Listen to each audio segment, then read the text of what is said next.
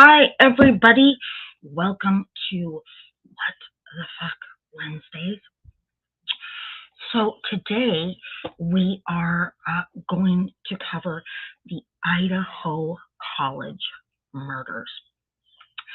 And for anybody that is familiar with the case, um, really sad, really tragic, right? Four college students from Idaho University murdered. We still don't know the reason why. They're murdered by a student in Washington State at Pullman University. Crazy thing is, only 8 minutes between the two colleges, right? And so far, they have not connected how the alleged murderer knew any of the four victims. He didn't attend Idaho University with them. In fact, he had only just transferred to the Washington State University in the summer of 2022, and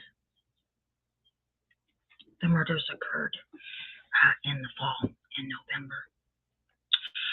So hold on one second. I'm going to get you over here on chat. Who is here? Well, hi, Bonnie. Hi, Lethargy. Lethargy, I don't think we've had you here before. Welcome, welcome, welcome. Now, I will tell you, I've got some pictures that I'm going to share with you about the case, because the layout of the house where these kids were murdered is probably one of the strangest layouts I've ever seen. It's just right off campus. Okay, it's very close to where there's a lot of sororities, a lot of fraternity houses, a lot of apartments. I think you'll find that pretty typical, right off the campus of any major university, for kids that don't want to live in a dorm, and maybe don't want to join a fraternity or sorority. So it was literally right off campus.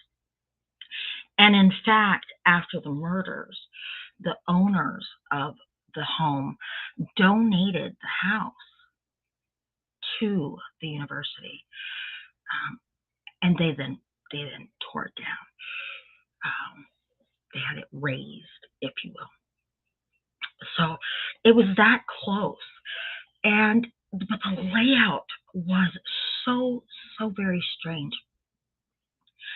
It had 3 levels, but it kind of backed up onto like an incline, if you will, so that you could actually enter the second story if you came around the back of the house and entered through a sliding glass door.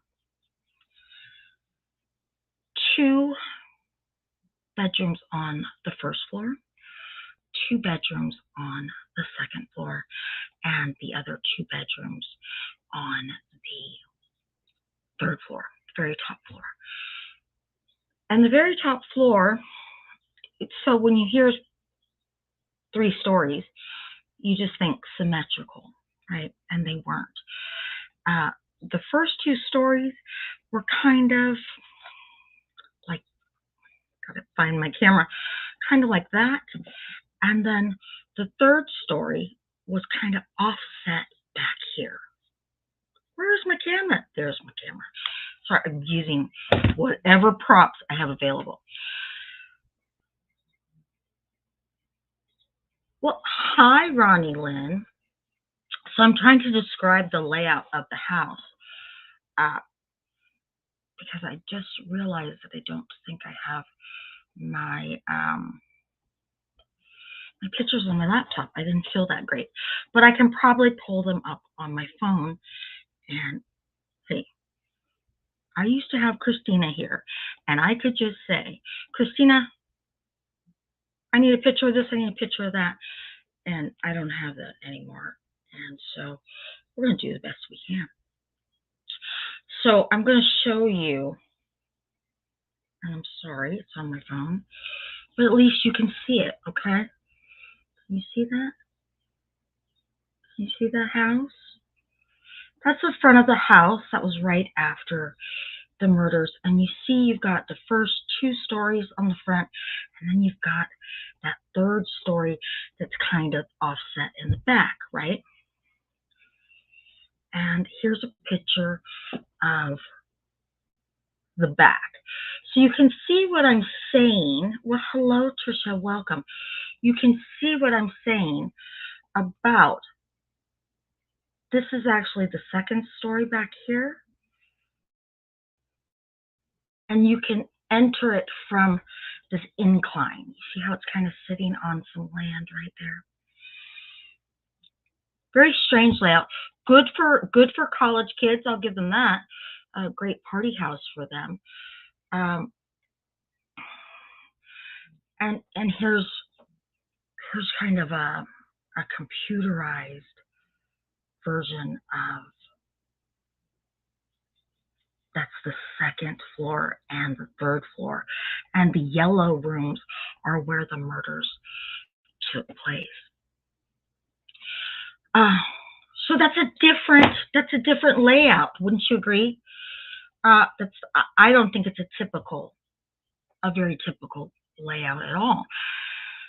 And I think that you would have needed to have been in this house before to know where you were going. And the alleged murderer, and his name is Brian Cobert, he's 28 years old. The alleged murderer seemed to know exactly where he was going. I'll show you a picture of him. This is a picture of him right after he was booked into the jail. That green felt kind of quilt looking thing that he's wearing, that's what they refer to, the officers in the jail will refer to it as a turtle suit, because it's actually, there's no pants. It's kind of a smock, and it's for suicide risks. So I think any time that somebody is arrested for murdering 4 people, you kind of know that's probably going to be a capital murder case. Sorry, I will have this picture in a picture fix next week, but I want you to see it. Anytime it's going to be a capital murder case, which is where the prosecutor is going to seek the death penalty, you have to assume that the suspect, the alleged, so we have to call him alleged until he's convicted. You have to assume, first of all, that they're unhinged in some way. And as crazy as this might sound, somebody afraid of the death penalty is more likely to commit suicide. I know that sounds crazy. Bonnie, if you're still here, Bonnie studied psychology. And Bonnie, isn't it true? The psyche is very strange for people like that.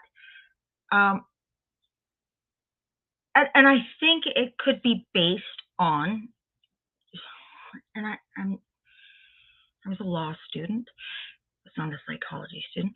I think it's rooted in the narcissism. And a narcissist, if they're going to die, they're going to take control of it and be center stage. They're not going to let somebody else do it. Lethargy says he looked like a nice American boy. Well, but did he? I mean, to me, he looks disturbingly calm and in control. It did take, let me kind of go back. It took the police a while for them to figure it out, okay? Figure out who he was. And when SWAT, a SWAT team of 50 men, and I'm sure many more officers waiting behind them, when they finally raided the house, his parents' house, he had left Washington and gone back to Pennsylvania. When they raided the house, it was very early in the morning hours, and he was found in the kitchen wearing surgical gloves, type that any kind of medical professional would wear, type I wear when I do resin, in the kitchen, and he was sorting trash and putting different items in Ziploc bags. And some of the pictures of some of the items, it appeared that he was, to me this is strange, he was eating off plastic utensils, which I don't know if I even attempted to put my mindset in the mind of a killer who was worried about his DNA being retrieved or confiscated in any way. I wouldn't be eating off utensils that I then threw away in the trash, because once I throw it away in the trash, I don't have any real control over it, right? A lot of suspicious activities. So let me show you these poor kids. If you think that Mr. Brian here looks nice, take a look at these gorgeous kids. We've got Xana, Maddie, Kaylee, and Ethan.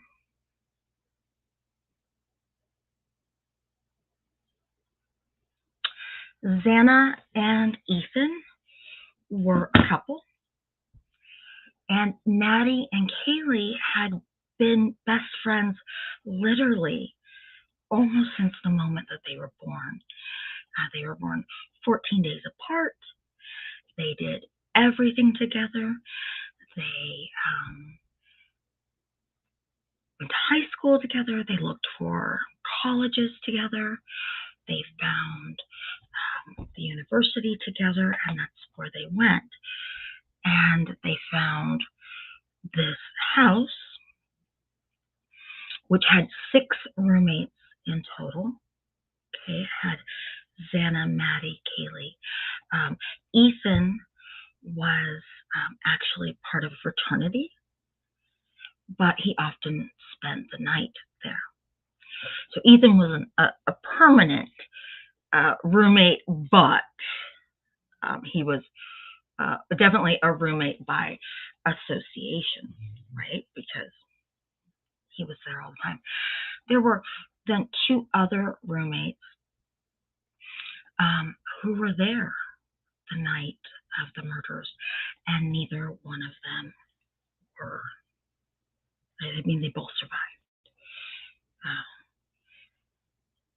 I will tell you that one of the roommates, so one roommate, show you the first floor layout. Yeah. I mean, I promise I'll get it fixed next week. So that's the first floor layout. And you see one bedroom says an extra bedroom, and the other says funky bedroom. I don't want to know what that means in college speak, but it could have been a funny kind of nickname or something for the roommate that was downstairs.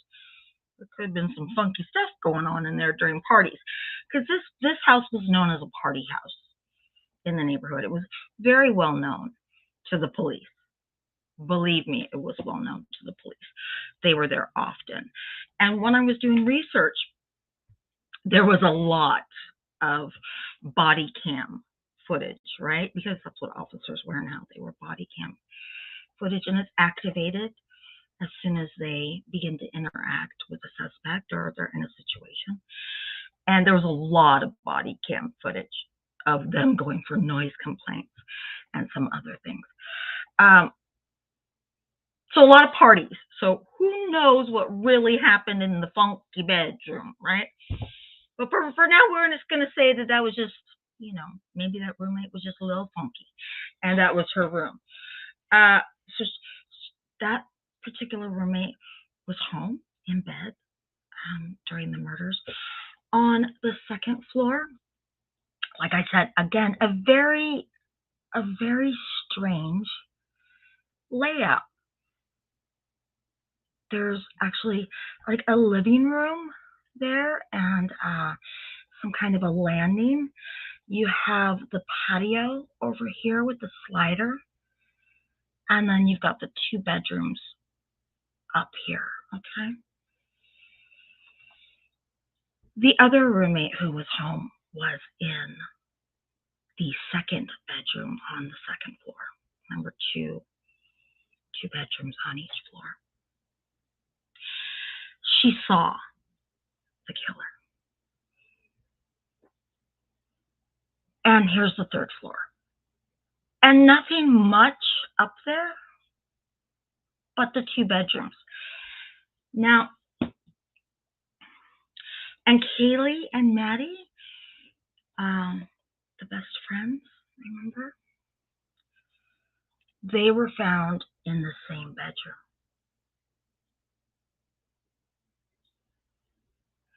So Maddie and Kaylee were in the same bedroom, the best friends, and Xana and Ethan were also in the same bedroom. They were the couple. The other 2 bedrooms appeared to just have been empty at the time. So let's talk about the night of the murder. The day of the murder, listen, these kids nowadays, everything's on social media, right? And these kids had a lot of stuff on social media. And the day of the murder, one of the girls, I think it was Kaylee, or might have been Maddie, and one of the best friends who are over here, posted this picture on TikTok. And actually, what you can't see in that photo is that the other 2 roommates were on the outsides. Okay, so the 4 kids that were murdered were in the inside of the photo. And she posted it on TikTok, and she said, "So blessed to be surrounded by these people every day."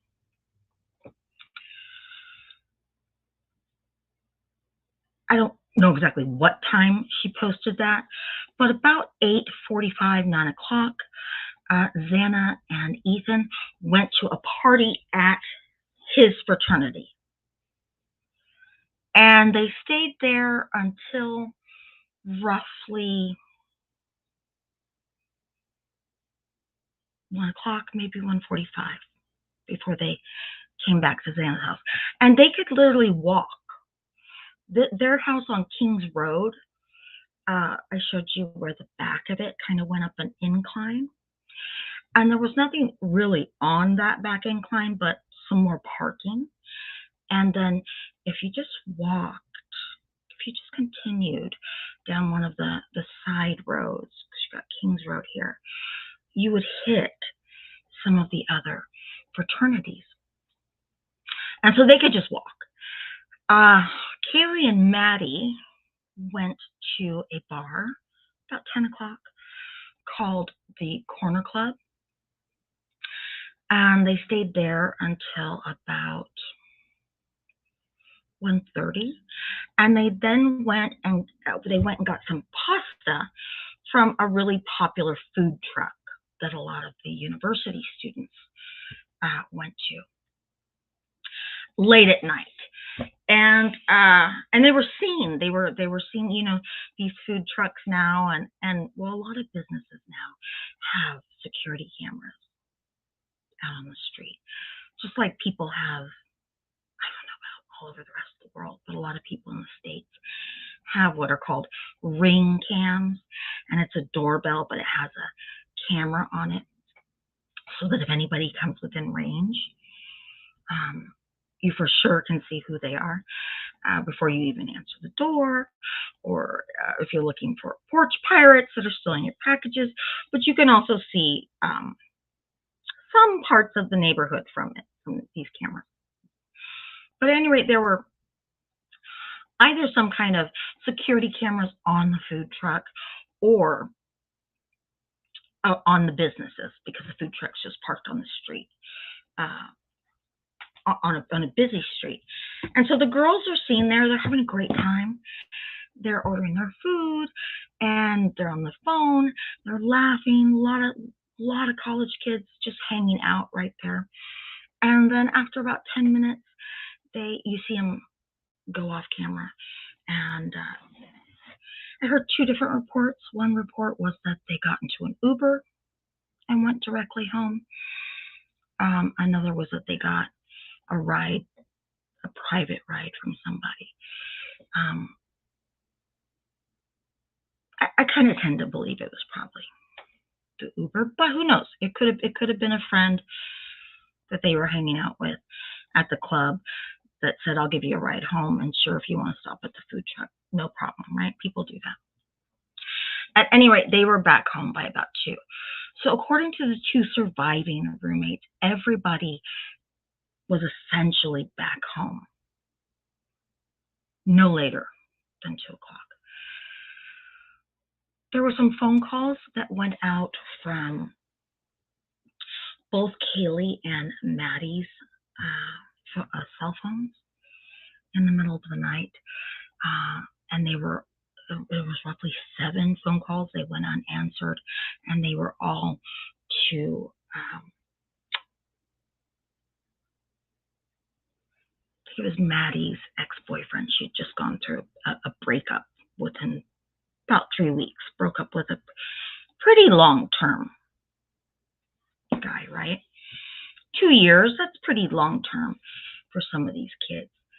And they had actually met up with him at the Corner Club as well, at the bar. But he didn't answer any of those calls. And at 4 a.m., Xana got a DoorDash delivery.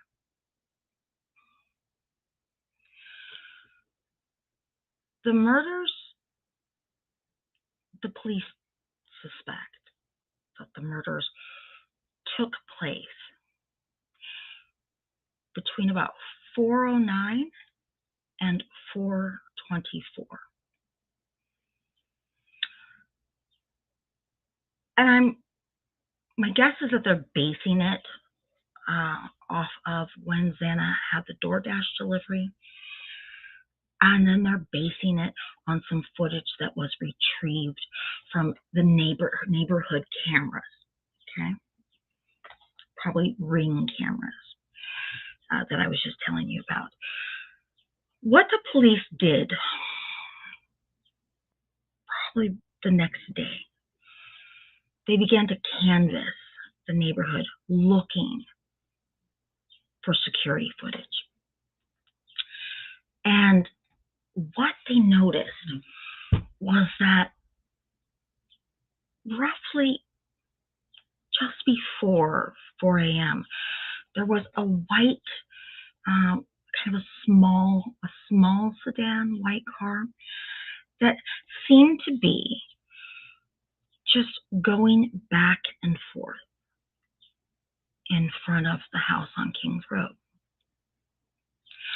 Now, I don't think that it was uncommon for there to be a lot of traffic on that road because, like I said, there was a lot of off-campus living.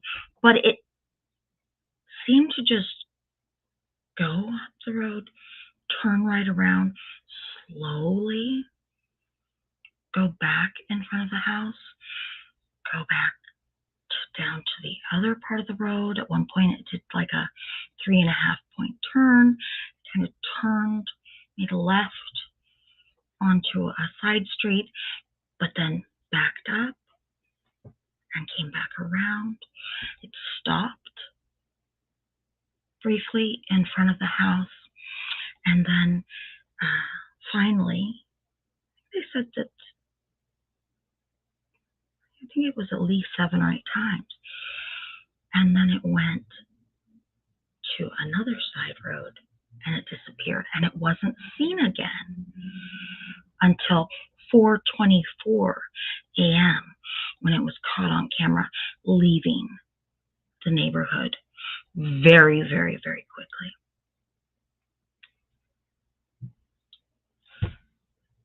The police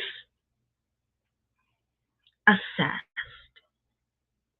in their investigation that the murderer entered the house on that back second-story patio that you could just literally walk up to.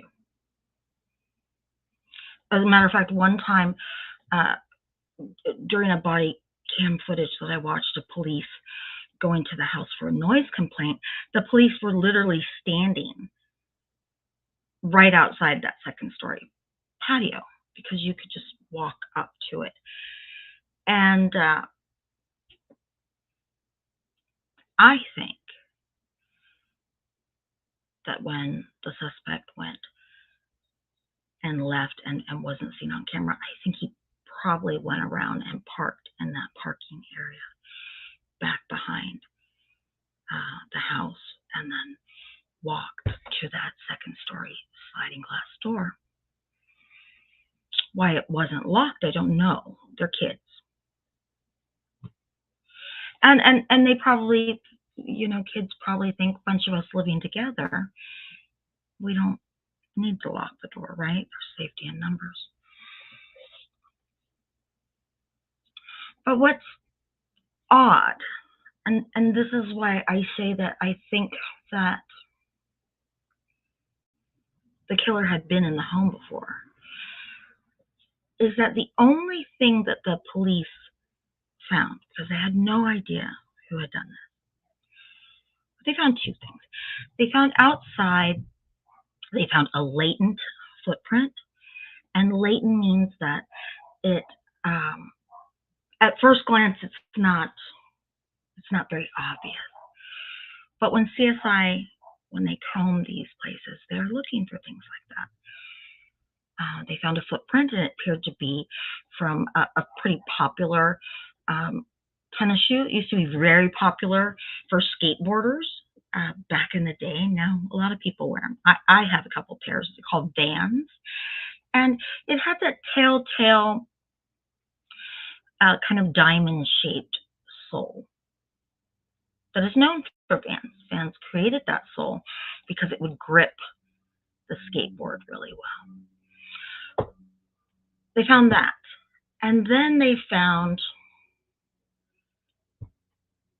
on the 3rd floor, underneath Kaylee's body, they found a knife sheath.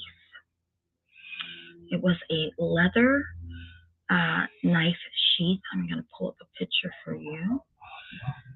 And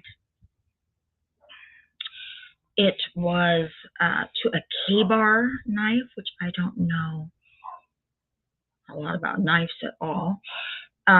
It was engraved with the Marines, United States Marines symbols on it. Let me show that to you.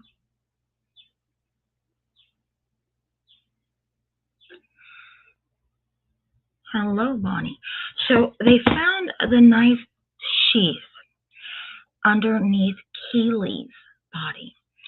And that led police to make the assumption, the conclusion, that that must have been where the killer went first.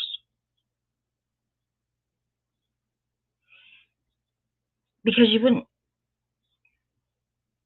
kill Ethan and Xana on the second floor and put the knife back in the sheath and then go upstairs and kill Kaylee and Maddie and take the knife out. First of all, there was no blood on the sheath. So it makes sense that the killer went up to the third floor first and went after Maddie and Kaylee. And then there was a struggle. Kaylee had defense wounds on her. Obviously, one of the girls had to be killed first, which I'm sure woke the other one up. But they were trapped, essentially. And Kaylee, I'm sure, fell with the knife sheath underneath her. And so they found that.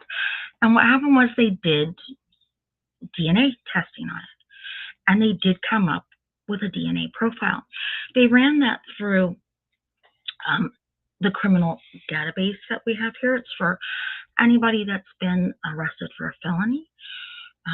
They're either some blood is either taken from them or a mouth swab, but some DNA is collected from them, and it's then put into the database so that when the police have crimes like this and they don't have the criminal right there, and they find DNA, they can then run it through the database and see if they get a hit. They got no hit. But through the profile, they could exclude. They knew it was a man. They knew it was a male. It was a male profile. So they can exclude some people, but they did not get a hit, so they had no idea. But I would say that that's where the killer went.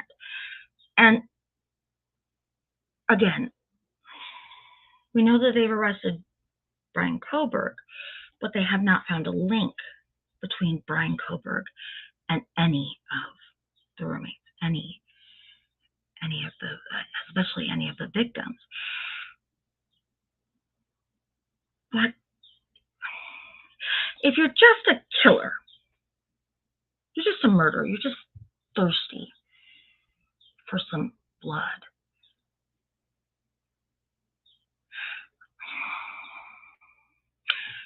If I try to put my mind into that mindset, would I go up to the third floor and trap myself up there? Because there's no way out from the third floor. You can get out from the first floor. You can get out from the second floor where you came in. Because you have the sliding glass door and you have the incline right there, right? But you can't get out of the third floor, and you've got that very narrow hallway going up there. So it leads me to believe that he knew that that's where Maddie and Kaylee would be. When the police went through his computer, he was following both of them online, both Maddie and Kaylee. Maddie and Kaylee did a lot of TikTok videos and things like that. A lot of the roommates did. Their presence was very much there on social media. He was following both of them in terms of just like how I'm, might follow one of you or follow an influencer, right? Or follow somebody whose videos I enjoy online. But there hasn't been any proof that he met them. But I have to believe that if Brian Coburg did this, and his DNA was found on the sheet, they never found the knife, but his DNA was found on the sheath underneath one of the girls. And he was following both girls on social media. And that was where he went first.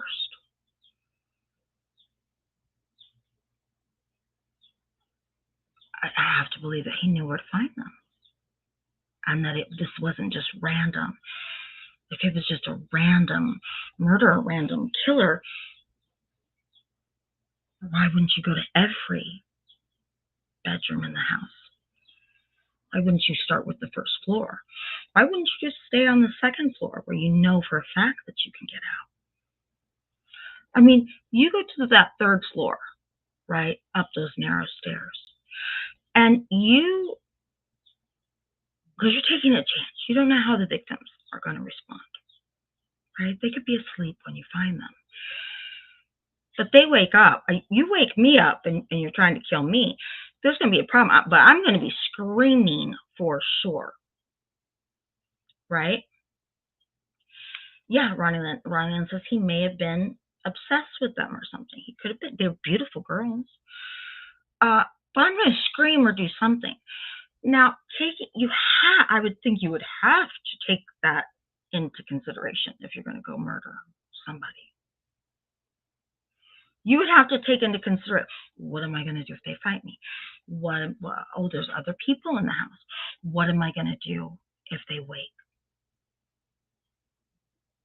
somebody up? And you'd be trapped on that third floor. You wouldn't have a way to get out.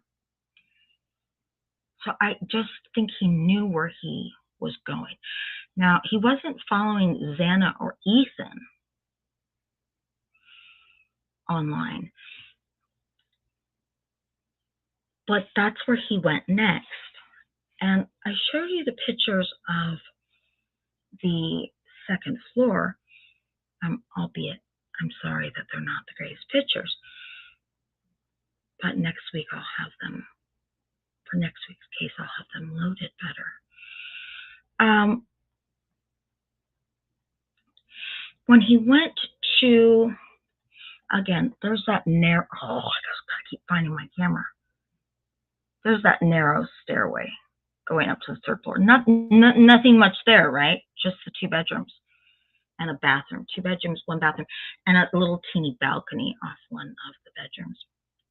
But that's not where the girls were. On the second floor,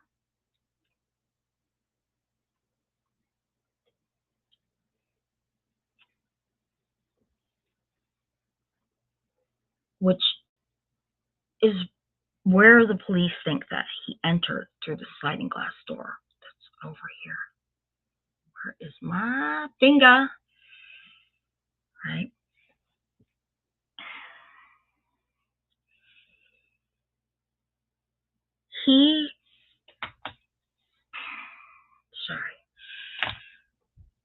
He had to walk past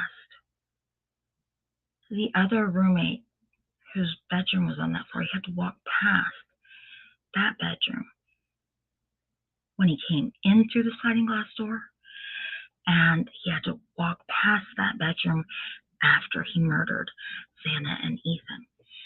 Now, the roommate, I told you the other 2 roommates were home, but it doesn't appear that he ever went downstairs to the first floor. The other roommate was home and in her room, and she said she woke up because she thought she heard Kaylee had a dog. And she thought she heard Kaylee playing with the dog. Remember? Kaylee and Maddie were on the 3rd floor above her. And then she thought she heard one of the girls say, someone's here.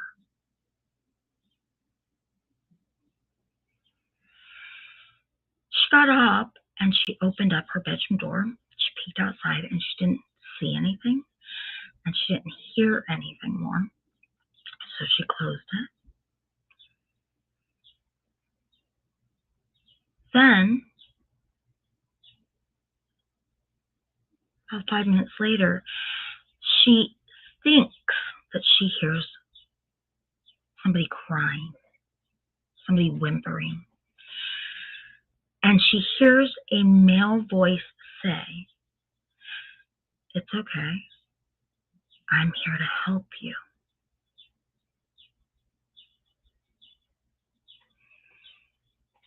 She gets up and opens her door again and looks out and doesn't see anything and goes back to bed.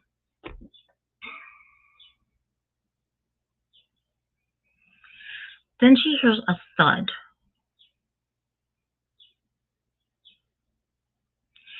So again, she gets up and looks. She's kind of crouching, okay?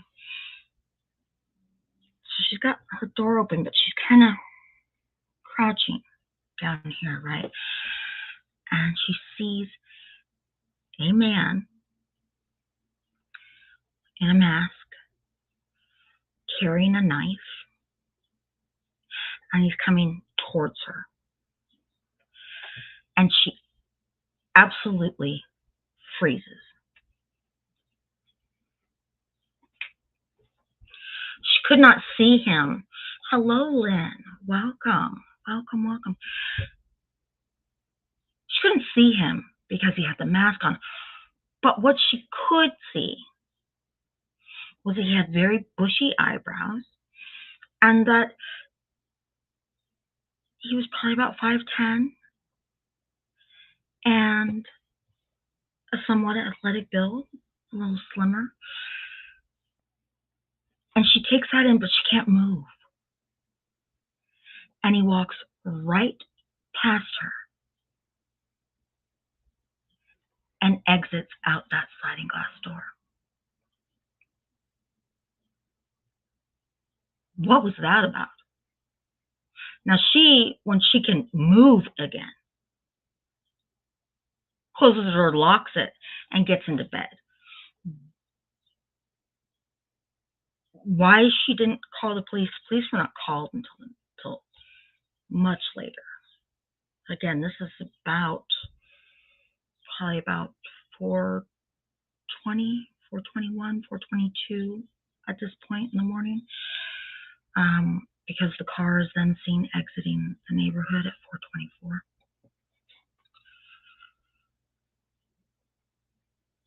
The police were not called until much later the next day. And strange because they never revealed who the caller was. But all they said was it came from inside the house from one of the surviving roommates' cell phones. But she did not call the police. And there's been some speculation about it. Some people have speculated.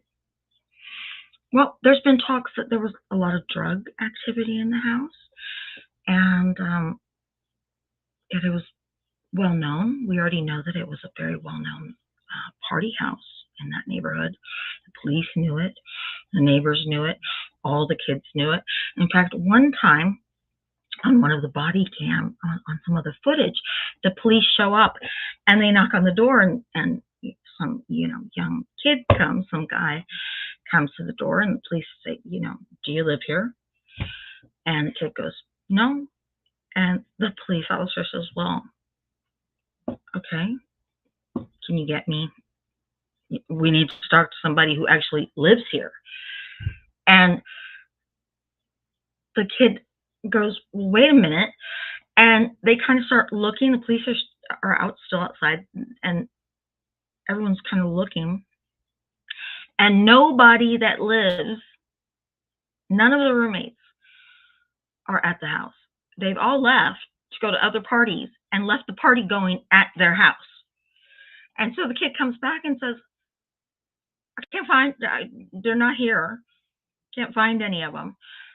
They all left. Don't even know where they went." And the officer's like, "So the people that don't live in the home are not here, and you're just throwing a party in their house while they're gone?" And the kid's like, "No, I swear, they were here. It's their party, but we don't know where they went."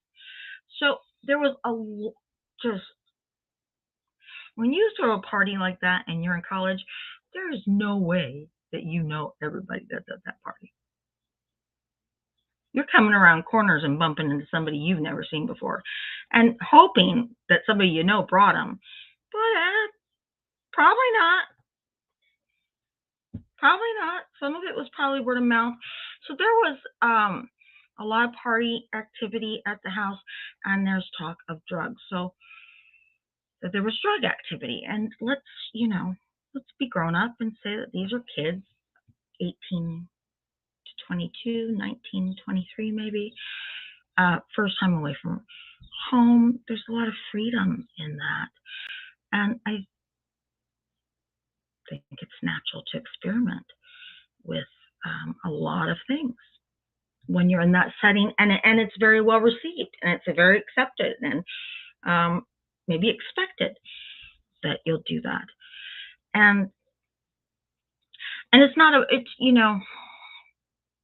some of the parents have gotten very upset over the speculation that there was drug activity in the house. But I think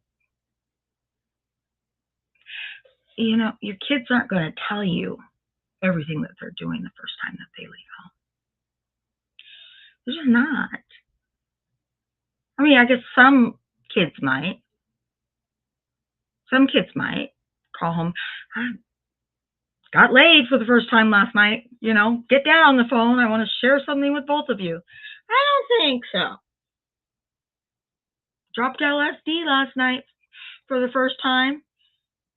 Can we get the whole family? Can everybody pick up? I don't think that you share that in the family's group chat, right? So I think the parents need to understand that there was probably some of that stuff going on. And even if it wasn't their kid, it was probably going on at least once or twice with one of the other roommates. Because a lot of people have come forward and have said it. And I know it's got to be extremely hard for these parents to have anything said like that post-mortem about their children who are dead. Because now those kids, whatever they did wrong growing up or even a week or two before, that's all forgotten, right? That's all forgotten to the parents. Now all that's remembered is all the wonderful, warm childhood memories and the funny things that they said and the funny things that they did, and coupled with the grief that there's going to be all these wonderful things that you're now going to miss out on. Mothers never becoming grandmothers and fathers never walking their daughters down the aisle. So I can see where the parents would be very defensive about it, but I think you have to be a little realistic. So there's been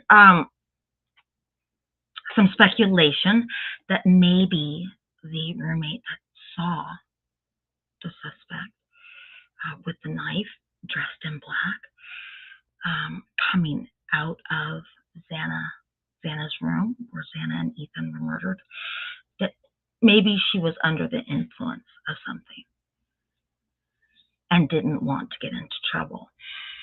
And the next day, quite a few people, friends, were called to the house. And they were there when the police got there. There was at least 4 other people besides the 2 surviving roommates that were just sitting there when the police got there. When the police got the phone call, it was that there was somebody unconscious in the house. And the police show up and the front doors open and they walk right in. And they're directed upstairs. And as soon as they go up there, they see the first body. And I've seen pictures. I don't want to show them because it's not nice. And I don't think there's any value in showing them. but I've seen pictures of the exterior of the house, and apparently there was so much blood that there was some blood actually seeping down one of the exterior walls. The police said it was one of the most gruesome crime scenes that they had ever come across. Well, there had been a murder in this town since 2015, and then to have 4 of them, I'm sure, and stabbed with this K-bar knife, which is a survival knife, is what I found out in the research. It's not just a knife that you have in your kitchen. It's something you would seek out, that either a survivalist or a knife enthusiast. There are those people.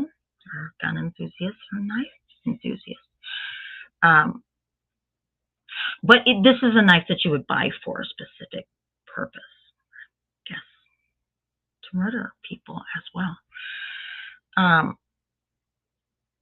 But yes, I'm sure that it was one of the most gruesome scenes that they've ever come across. But there's been no explanation other than shock of why the roommates or the friends didn't call the police earlier. At one point, just playing devil's advocate, I thought to myself, well, maybe the roommate on the second floor that had seen the suspect walking by, maybe when she could move and she retreated, back into her room and locked the door, maybe she thought he was still in the house. But she said he went out the sliding glass door, so I don't think she thought he was in the house. She might have thought there was somebody else. Could have thought maybe it was a burglary. I don't know. But why? I'm going to assume that whoever made the phone call, because for whatever reason, the police have not released that name, which is odd. All they said is it came from one of the surviving roommate's cell phone from inside the house, that there was an unconscious body. I would have to believe that one or more people had done some kind of looking around, knocking on doors, peeking in the door.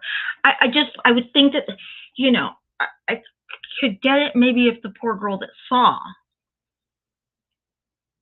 who we now think is Brian Coburg, if she'd seen him, what a sight to see. After 4 o'clock in the morning in your home, a guy all in black, carrying a knife in a black mask, walking towards you. I could understand maybe she didn't want to go snoop around, but I would think somebody else would have said, well, where's everybody else? We better go. Let's go look. If I was a friend, I think I would go look. Not alone, but there was like 6 or 7 of them there. Could have been more. Some people might have taken off. So it was alleged that they were there getting some things out of the house before calling the police. And kids are funny like that. And for all intents and purposes, Ryan are afraid that he'd come after them if he knew that they called. Maybe, who knows what's going through your mind, right? Who knows? But like I said, the drug aspect has been brought up numerous times, and kids are funny like that. These kids would not think in terms of nobody's going to care if there's a joint right there. There's 4 dead people in the house.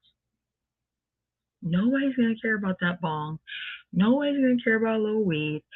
The police are not even going to, they're not going to write you a ticket and take you. That is not even what's going to happen. But kids don't know that. I don't think like that. They don't have the life experience yet to know that the one thing doesn't compare to the other, right? So I could see if maybe in their panic they were getting drugs and some drug paraphernalia out of the house. Could have happened, we don't know. We just know when the police got there, the two surviving roommates were there, as were some friends. So the police have nothing to go on except, these 4 dead bodies and one roommate on the first floor who didn't see anything, second roommate who saw something but not much.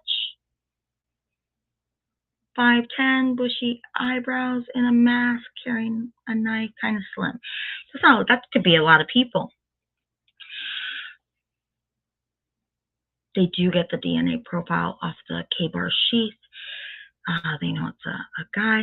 They begin to do canvassing of the neighborhood, and they get all that footage of the white car. They send that to FBI profilers, and FBI comes back and says it's a white Hyundai Elantra, and it roughly was made between this year and this year. Moscow, Idaho, even though it's a university town, it's a pretty small town. We have UC Davis right, not down the street, but down the freeway. And UC Davis is a really small town, but that's a really big university. People from all over the country go there. They have top-notch veterinary and medical and legal. Just their departments are phenomenal. But very, very, very small town. Moscow, Idaho, very, very, very small town. Up at the very tip of Idaho, butts up right next to Washington State. You go Idaho, Washington, Canada. Like I said, where Brian Koberg lived, and the house on Kings Road was 8.5 miles. You had Pullman University in Washington, and then you had the University of Idaho 10 minutes away.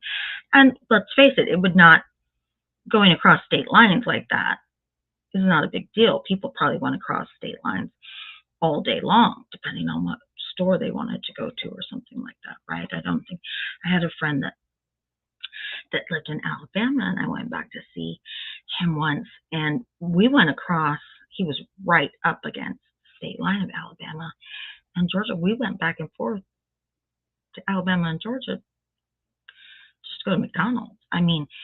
You go wherever it's closest. You don't have to get about crossing. You might kind of laugh sometimes. Ooh, we just left the state. But you're not going to think twice about it. So I don't think that in itself was unusual, but they were very close. But the Moscow, Idaho police, when they had about 5 different agencies involved in this. And when they run DMV registration, and I think there was something like 22,000 of these type of cars that were at least within close proximity. And what they decided was close proximity, I don't know. That's a lot of cars. That's a lot of white Hyundai Elantras, right? But they put out a BOLO for this, a be on the lookout, with a bunch of different agencies.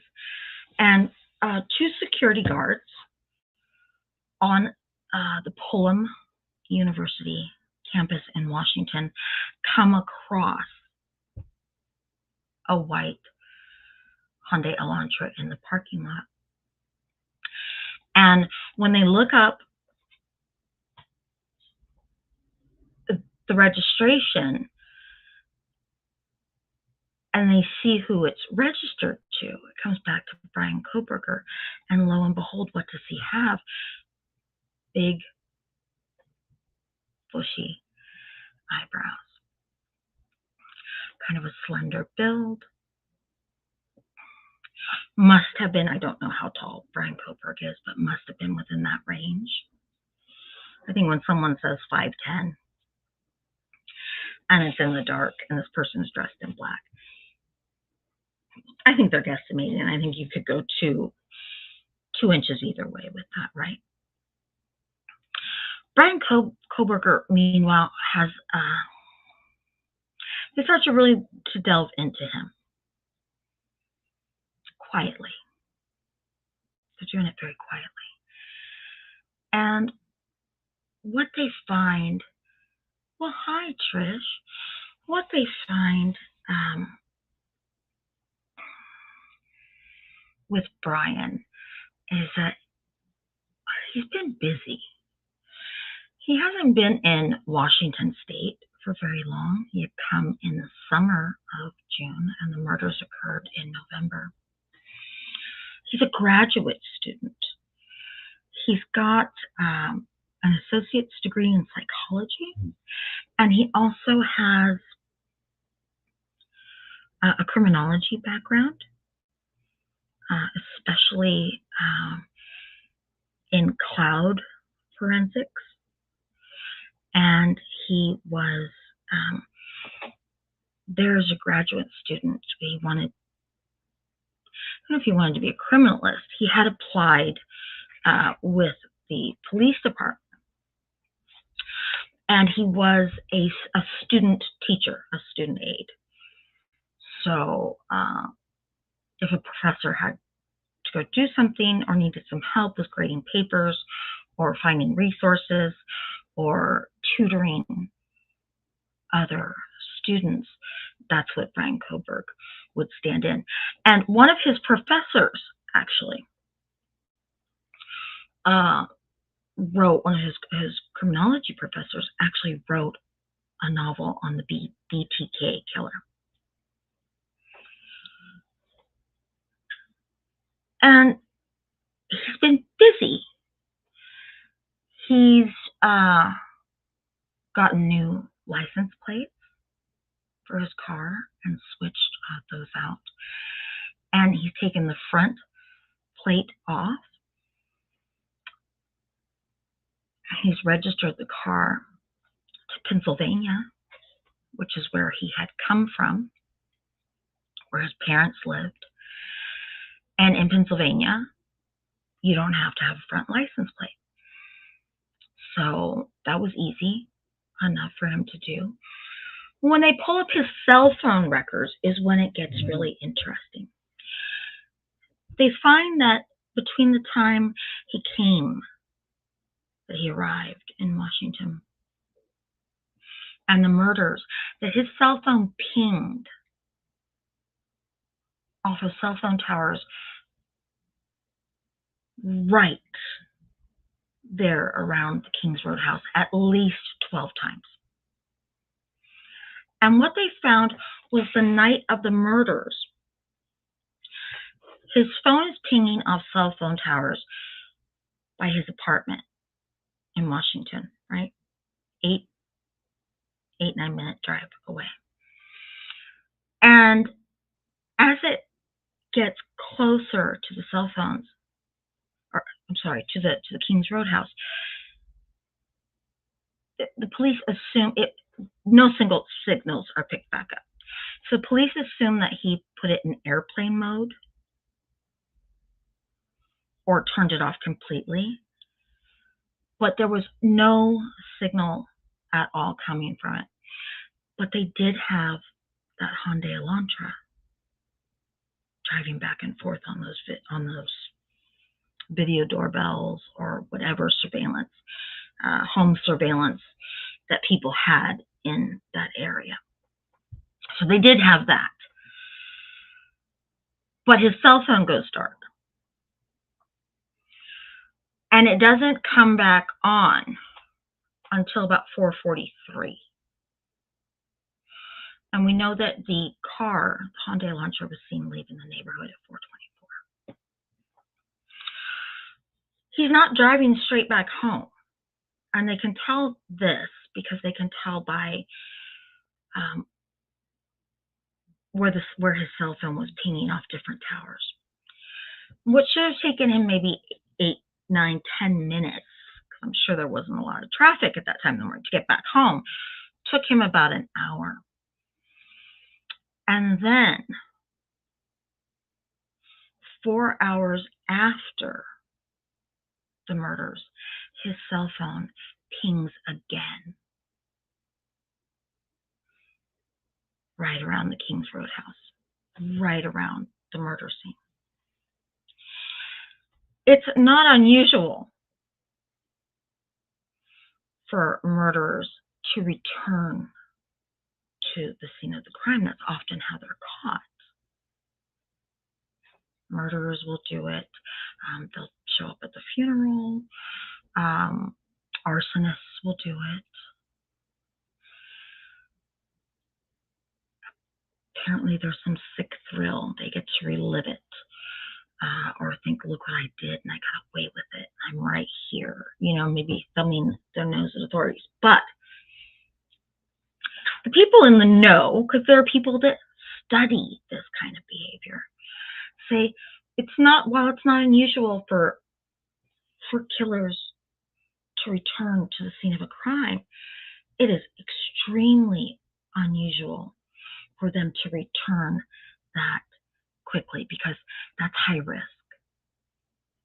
There's no reason to be back in that area. The bodies hadn't even been found at that point, so there was no story that had broke. I mean, a lot of people will, right?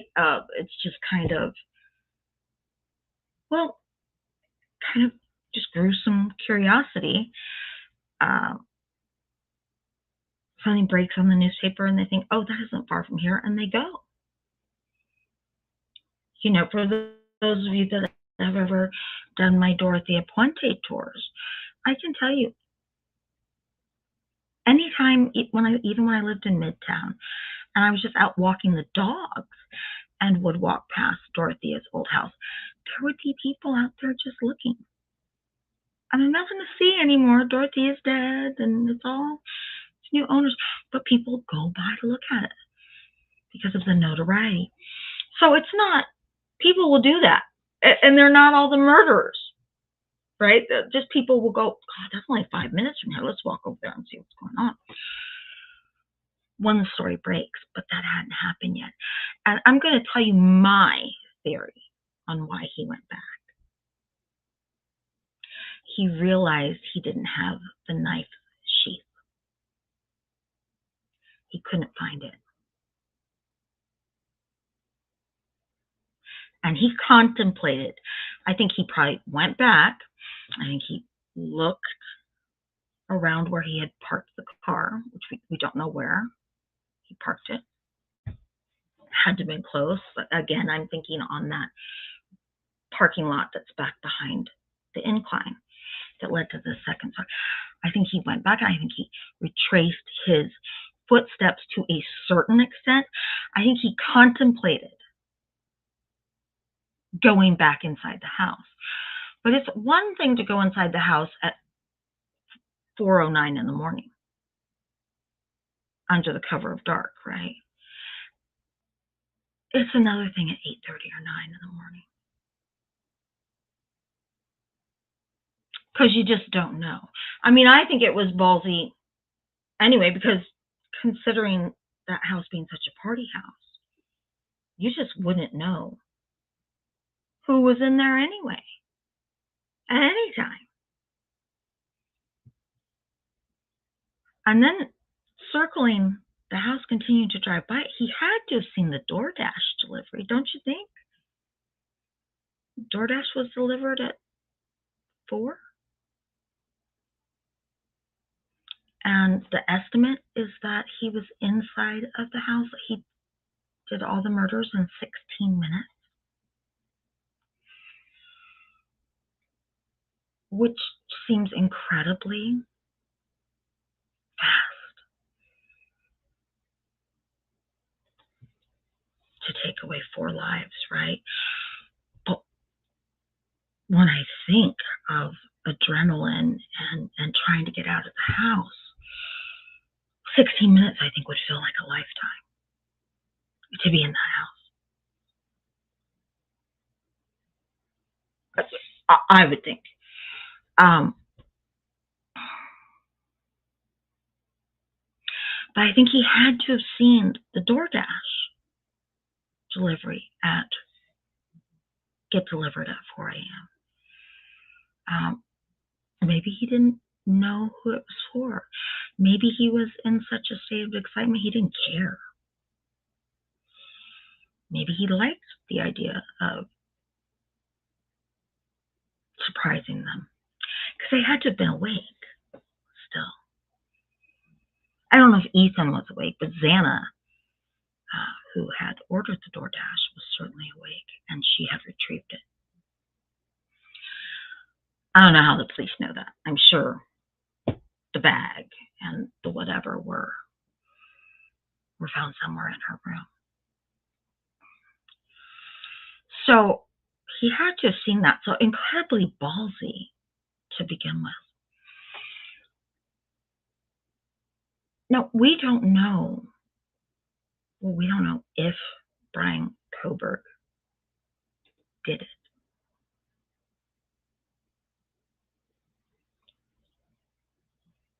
Because he hasn't gone on trial yet. So we don't know why he did it. And we might never know why he did it. He's certainly not talking very much. In fact, when he went to court the first time, he refused to even answer a plea. He refused to acknowledge the judge when the judge asked him, "How do you plead? These are the charges against you. How do you plead? Do you plead guilty or not guilty?" You only have those two choices. And he refused to say anything. So, in fact, because it's a capital murder case and the district attorney is seeking the death penalty, the judge entered a not guilty plea for him. Because the judge can't very well enter a guilty plea, right? That throughout the entire case, the judge said, "We're going to get you an attorney, and I'm going to enter a plea of not guilty," because then it starts the process. Then it starts the legal process. But the legal process can't start without that first arraignment. When he was arraigned, he wouldn't speak. His parents were there because he was found in Pennsylvania. So interestingly enough, and he was arrested 47 days after the murders. So what had happened, in between that time, people had begun to notice a huge difference in Koberger. He was showing up for class disheveled. He was somebody that was very talkative normally in classes, especially about cases. But when this case would come up, he would completely shut down. And you have to know that in classes with students studying criminology and having murders of university students just 8 minutes away, it's going to come up in the class. He would completely shut down. And he ended up getting called probably by the dean and the head of the department, and they let him go by saying that he was lashing out. He was not communicating professionally or properly with either students or members of the faculty. And they said, we're not going to have you. We're not going to pay you as a student teacher and represent staff in that manner when you're acting outlandishly. Now, what the exact specifics were, the specific incidents, I don't know. But he was not communicating professionally or properly with either staff or students, so they let him go. And then his father flew from Pennsylvania to Washington to drive with Brian back to Pennsylvania.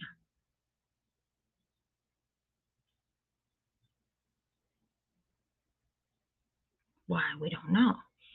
I imagine that will come out at his trial.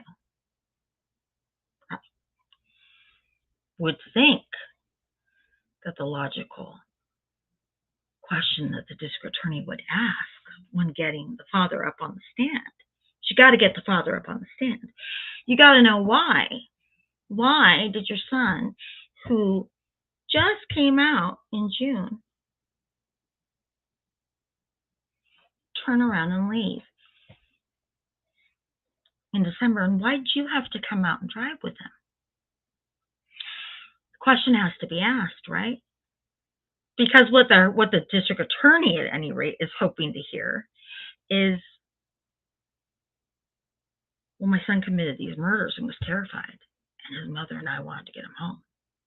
That's what you're hoping. That's not what you're going to hear. But that's what you're hoping to hear.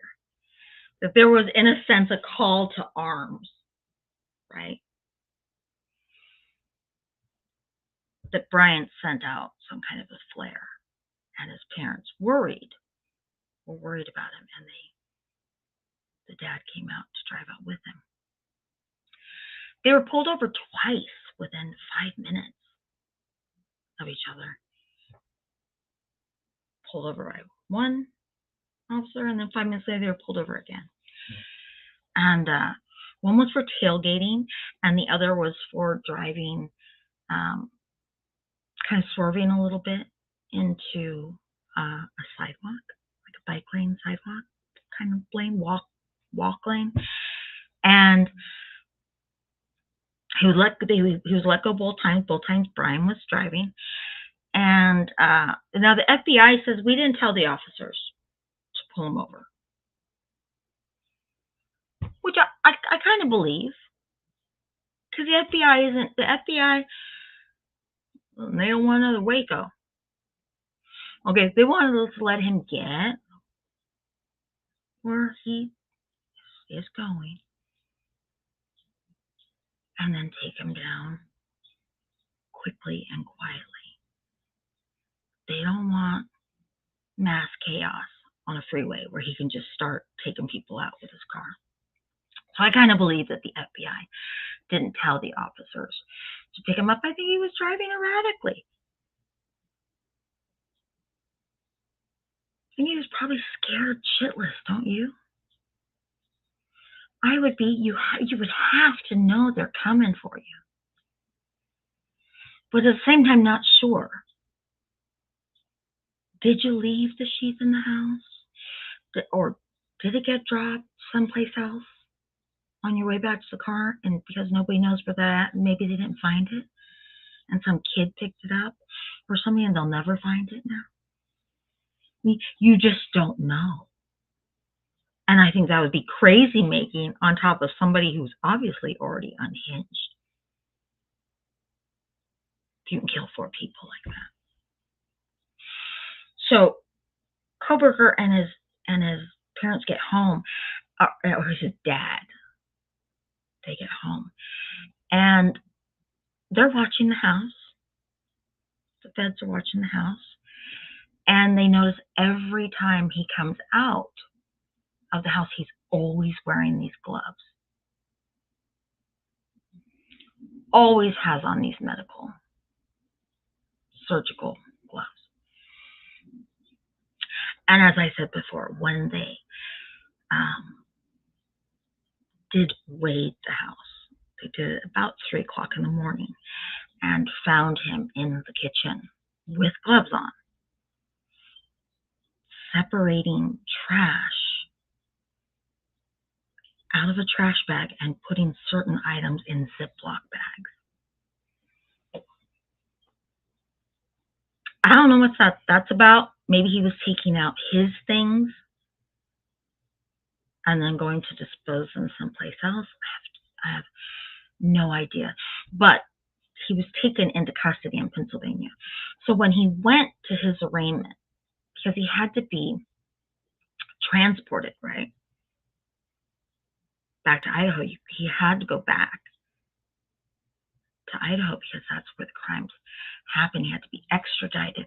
He did not fight extradition. He could have fought it, and then the governor of Pennsylvania would then have to say, okay, we'll release him. He didn't do that. He could have drug it out. He didn't do that. So when he went to his first arraignment, his parents were there. And while he didn't talk, he turned around from where he was sitting and he was making eye contact with his parents. He was then extradited to Idaho. They flew him. And of course, he's bulletproof vest and this and that, taken into court in Idaho. And he never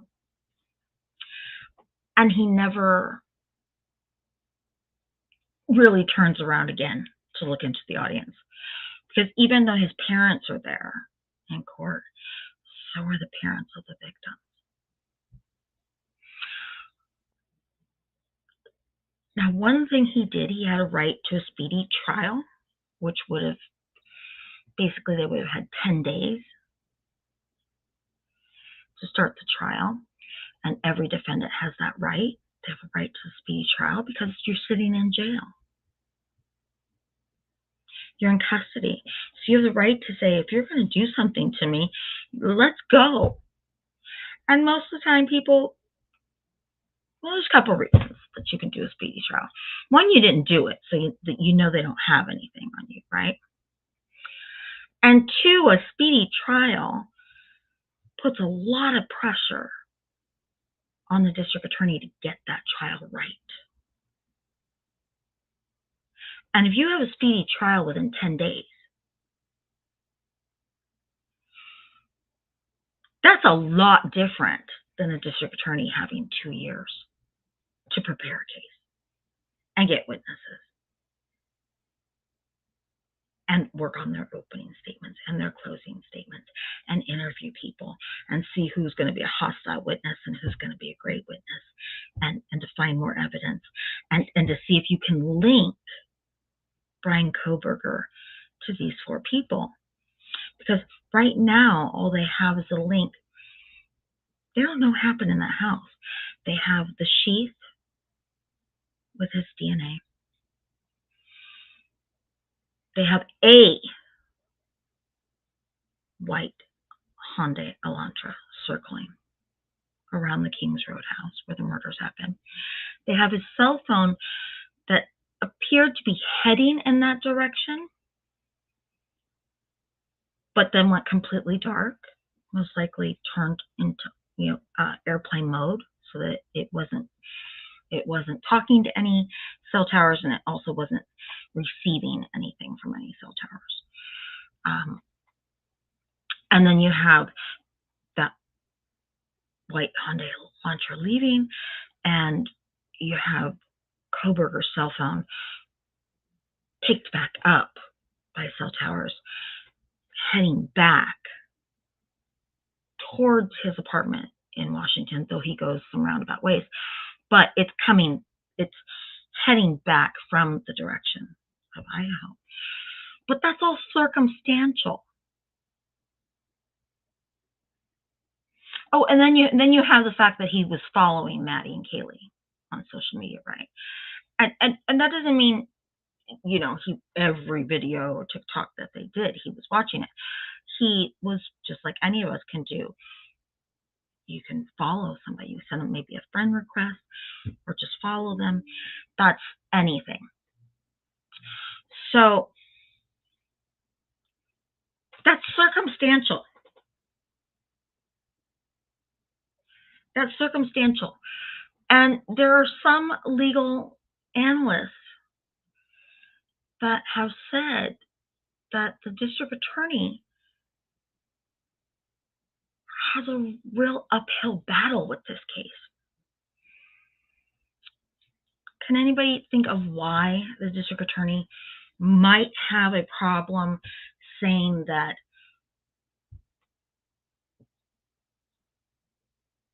it was Brian Koberger in that house just because the sheath had his DNA and it was found after the murder. Because you could speculate that Kaylee probably wouldn't sleep on a knife sheath, right? So that knife sheath just wasn't in her room for months, laying around literally. And then she just happened when she got murdered to lay down on it.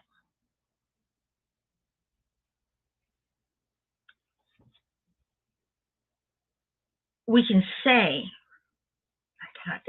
that's not logical, but can anybody think of why the district attorney is going to have a hard time saying that that knife sheath, even though it makes sense, and I believe it, I believe that it's because Koberger went into that house for whatever motives, and that K-bar knife was sharp, so he's not carrying it in his pocket right next to his ding-a-ling, okay? He had it in a sheath, and he took it out. And you're not going to hold. I've never murdered anybody, never swung a knife at anybody, but I don't think you would hold the sheath with one hand and then murder with the other. I think you're going to free up one hand in case somebody comes at you. Or you got to hold them down or hold one of their hands down. Okay, so don't get me wrong. I believe Koberger was there. And I believe the knife sheath got dropped in the heat of the moment. And that after you kill two people, you're not thinking about that knife sheath. One of the analysts that does she's an analyst that analyzes crimes, and she said, listen, with CSI and things the way they are now, to honestly, for you to get away with murder, you would have to bat 1,000 out of 1,000. You couldn't do one thing wrong. And in the heat of that murderous flurry, a million things could have gone wrong. And we don't know if that's the only place his DNA was found. They pulled boxes and boxes and boxes out of the house, right? They're going to take out any and everything that they think potentially has evidence. And in fact, only one set of parents out of the 4 sets agreed with the house being destroyed. The other parents didn't believe that it should be destroyed because they felt the house was evidence. And I tell you, and it does have what I think the house would have been of value is that jurors are allowed to go to the scene of the crimes. If they ask, they decide amongst themselves. But if they think that it would have value, especially in a capital case, capital murder case, where what they decide somebody's going to die, that's a pretty heavy weight. And I think before I made a call like that, I would want to see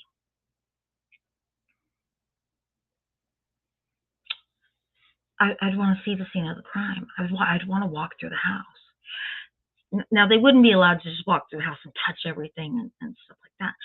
But you guys remember the layout of the house was so odd. And I think as a district attorney, I would want the jurors to see how odd the layout of the house was, and point out that somebody had to have known exactly who they wanted, somehow knew where they were, and knew the layout of the house to get there. This is a big house. 3 stories, 3 bedrooms, multiple areas. I'm sorry, 3 bathrooms, 6 bedrooms, 2 bedrooms on each floor. 2 of those bedrooms were empty. But nobody thinks he even went to the first floor, came in that second floor slider and went right back out it. If you didn't know the layout of the house, I would think it might take you 16 minutes in there to figure it out. It took him 16 minutes to kill 4 people. And that's a guesstimation. They're guessing, they're basing it on roughly when the DoorDash was delivered and then when the car was seen leaving the neighborhood. It could have taken him less time. I would think that you would want to have jurors walk through that house. And I say that I think the district attorney would want it, but I'm also going to play devil's advocate and say that I think that the defense attorney would want it as well. Because I think that Brian Kohberger's attorneys, and he'll probably have 2 because it is a capital case, the defense is going to be, look at how many people were in that house all the time. That was a party house. They've got the police body cam footage, right? Lots of it. They have body cam footage of the police going there, wanting to talk because of a party, a noise disturbance, wanting to talk to somebody that lives there. And with all the people in the house partying, nobody that lives there is there. They left and went to other parties or a beer run or something.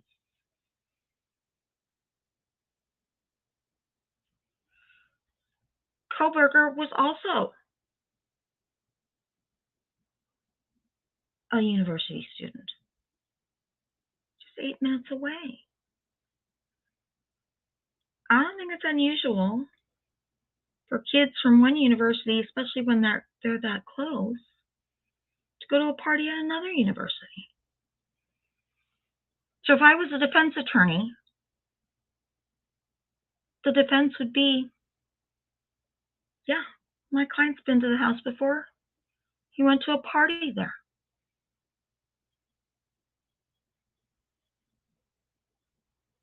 And DNA can get transferred multiple ways.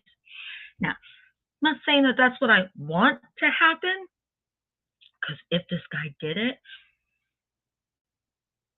he deserves what he's going to get. But I'm telling you, I've been to law school, and from a legal standpoint, that's the angle that you take.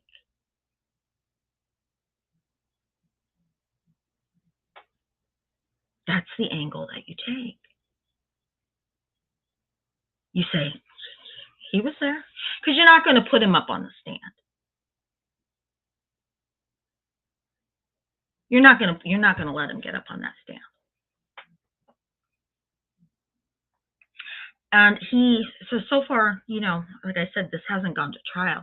And this could take years to go to trial. And there's a couple of as frustrating as that is for the victim's parents, who just want some kind of closure. Unless they get a change of venue and have the case moved someplace else, because they can say Moscow, Idaho is it's a really small town, and it's mostly it's a college town. So they could say that the jury pool has been tainted, that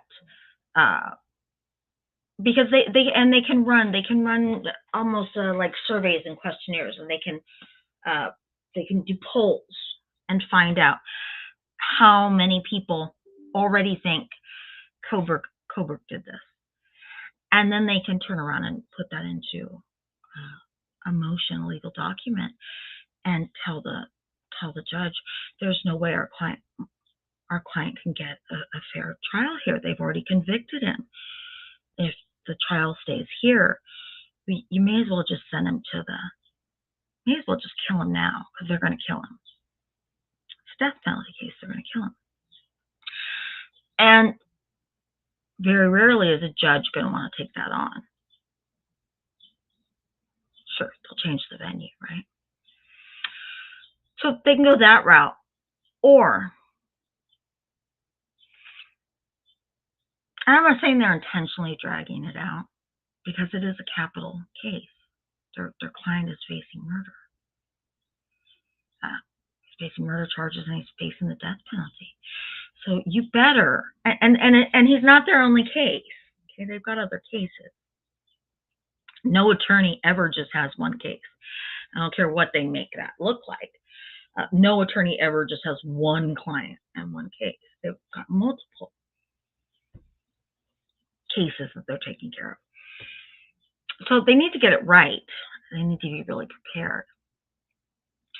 But also, they need some time, because time does heal. They need some time for this community to kind of push these crimes and these murders a little further back in their memories. You would not want to take this case to court when it's right on the forefront of everybody's mind. So I think that that's a problem. I think that's a problem for the district attorney. And I don't know what you guys would think if you were a juror and you then understood the scope of how many people were in and out of that house. And I would imagine if I was his defense attorney and I was on that team, I would be finding students at Pullman University, where Koberger went. I would find out how many students of that university drove those 8 minutes and came over to parties that were hosted by University of Idaho students, and vice versa. I would find out how many, and how'd you find out about the party, and I would. So I think the district attorney is going to have a hard time getting around that. I think that without a doubt that they are going to, that Koberger will be convicted. Of that, I have no doubt. But it's going to be a battle. And it's going to be a pretty long trial. I think there's going to be an awful lot of witnesses. Because that is an issue. You know, these weren't seminary students, right? I mean, they weren't studying to be nuns and a Catholic priest. They were college kids that were partying and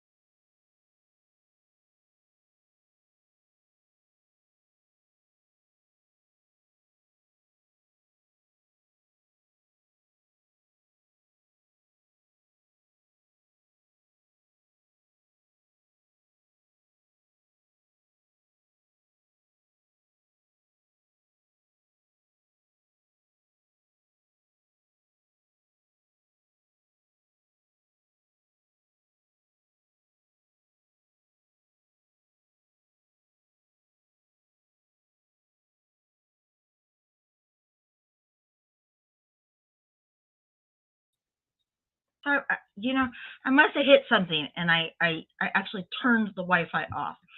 So, I'll figure it. But we were at the end. We were at the end. So, we will be back. Me, hopefully you, will be back next week with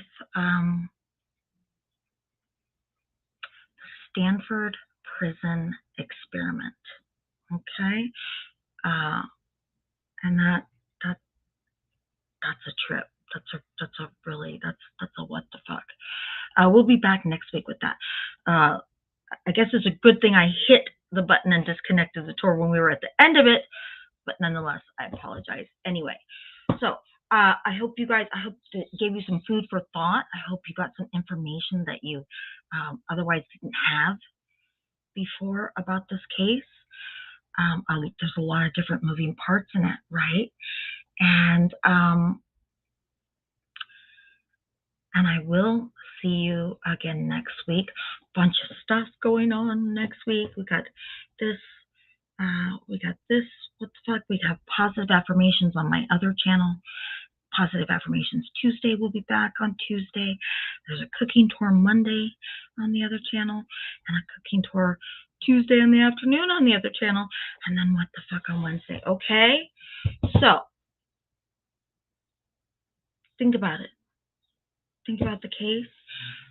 Let me know if you liked it.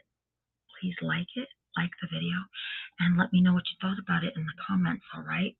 And I will see you guys in a tour soon.